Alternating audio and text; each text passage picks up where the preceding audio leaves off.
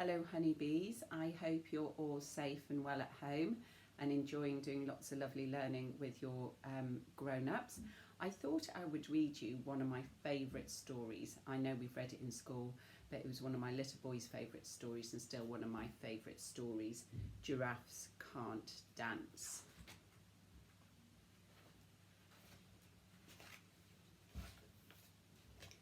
Gerald was a tall giraffe whose neck was long and slim, but his knees were awfully bandy and his legs were rather thin. He was very good at standing still and munching shoots off trees, but when he tried to run around, he buckled at the knees. Now, every year in Africa, they hold the jungle dance, where every single animal turns up to skip and prance.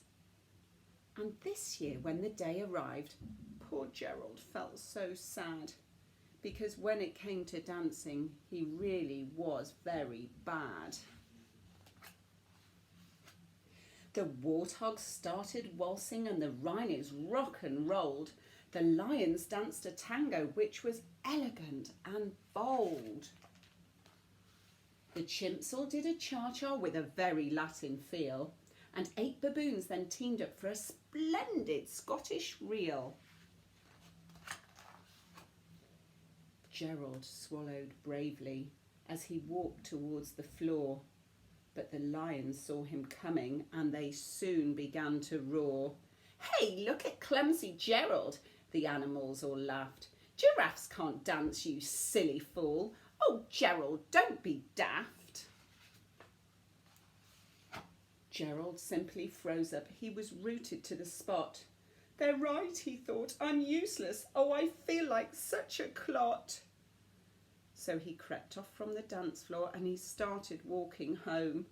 He'd never felt so sad before, so sad and so alone. Poor Gerald. Then he found a little clearing and he looked up at the sky. "The moon can be so beautiful," he whispered with a sigh. "Excuse me," coughed a cricket, who'd seen Gerald earlier on. "But sometimes when you're different, you just need a different song." Listen to the swaying grass and listen to the trees. To me, the sweetest music is those branches in the breeze. So imagine that lovely moon is playing just for you. Everything makes music if you really want it to. With that, the cricket smiled and picked up his violin. Then Gerald felt his body do the most amazing thing. His hooves had started shuffling, making circles on the ground. His neck was gently swaying and his tail was swishing round.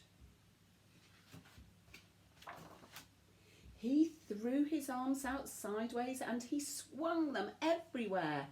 Then he did a backward somersault and leapt up in the air. Gerald felt so wonderful. His mouth was open wide. "I am dancing, yes, I'm dancing, I am dancing," Gerald cried.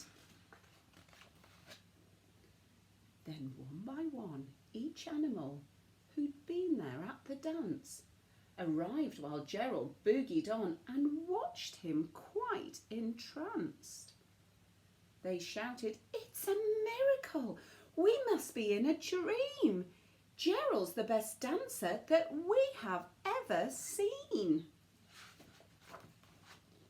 "How is it you can dance like that? Please, Gerald, tell us how."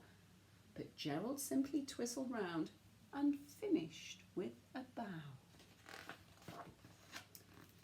Then he raised his head and looked up at the moon and stars above.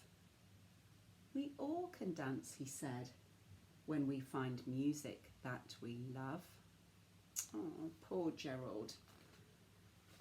So you can have a talk to your mummies and grown-ups and daddies, or grandmas or granddads, whoever's looking after you at the moment, and think about poor Gerald, because the animals weren't very kind to him.